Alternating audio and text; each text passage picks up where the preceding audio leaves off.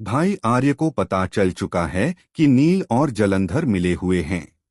जी हाँ दोस्तों, अब सामने आ गया है कि नील कोई और नहीं बल्कि जलंधर का ही आदमी निकला है, जो अनु और आर्य की सारी खबरें उसे दे रहा था।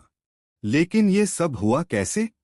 आखिर जलंधर को कैसे पता चल रहा था कि आर्य क्या कर रहा है और आर्य और अनु के बीच क्या चल रहा है? यही वजह थी कि नील अनु के करीब आने की कोशिश कर रहा था ताकि वह जलंधर को सारी जानकारी दे सके। अब बात करते हैं कि नील का राज कैसे खुला। आर्य को जिस जगह पर रखा गया है वहां कोई भी फोन अलाउड नहीं है, क्योंकि फोन ही एक ऐसा जरिया है जिससे उसे ट्रैक किया जा सकता है। वहां मौजूद बॉडीगार्ड्स के पास सिर्फ एक वॉइस कॉल डिवाइस है जिससे सब जुड़े रहते हैं।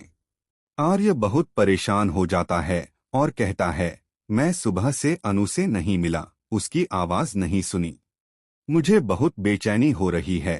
फिर वह बोलता है, झेंडे कभी नहीं समझेगा कि मेरी जान अनु ने बचाई।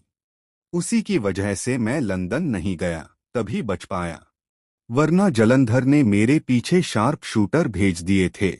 आर्य अब बहुत गुस्से में है।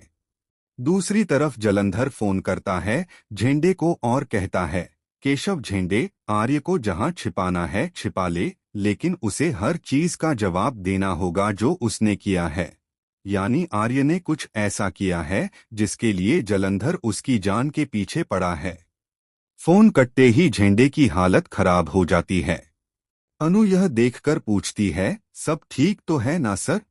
आप ठीक हैं ना? अनु परेशान है क्योंकि वह आर्य के लिए धागा नहीं बांध पाई होती। झेंडे उसका हाथ पकड़कर कहता है, तुम अकेली नहीं हो जिसे आर्य की फिक्र है। बाहर नील यह सारी बातें सुन लेता है।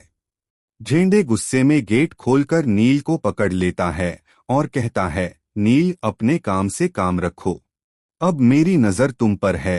तभी फिर से जलंधर का फोन आता है।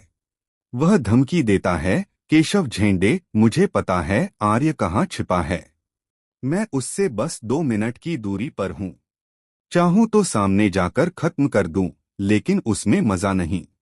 एक काम करता हूँ, पूरी जगह उड़ा देता हूँ। झेंडे डर जाता है। जलंधर हंसते हुए कहता है, अरे मजाक कर रहा था, बस आर्य से कह देना कि उसकी आखिरी ख्वाहिश पूरी कर ले, क्योंकि उसका आखिरी समय शुरू हो चुका है। अब से उसकी उल्टी गिनती चालू हो गई है। जब तक मैं उससे निपटता हूँ, उसके दोस्त की दोस्त अनु को खत्म कर देता हूँ। अब झेंडे बुरी तरह डर चुका है। उधर नील अनु के पास आता है और उसके जैसा दिखने वाला फोन निकालता है। वह अनु का फोन लेकर उसकी जगह अपना फोन रख देता है। फिर अनु की फोटो उसकी मां के साथ जलंधर को भेज देता है। जलंधर यह देखकर बहुत खुश होता है और कहता है, यही वो लड़की है जो अब तक आर्य की जान बचा रही थी। अब इसकी खैर नहीं, अब अनु की जान भी खतरे में है। तो दोस्तों, आपको क्या लगता है, क्या आर्य अब अनु को बचाने आएगा? क्या अनु बचा पाएगी आर्य की जान?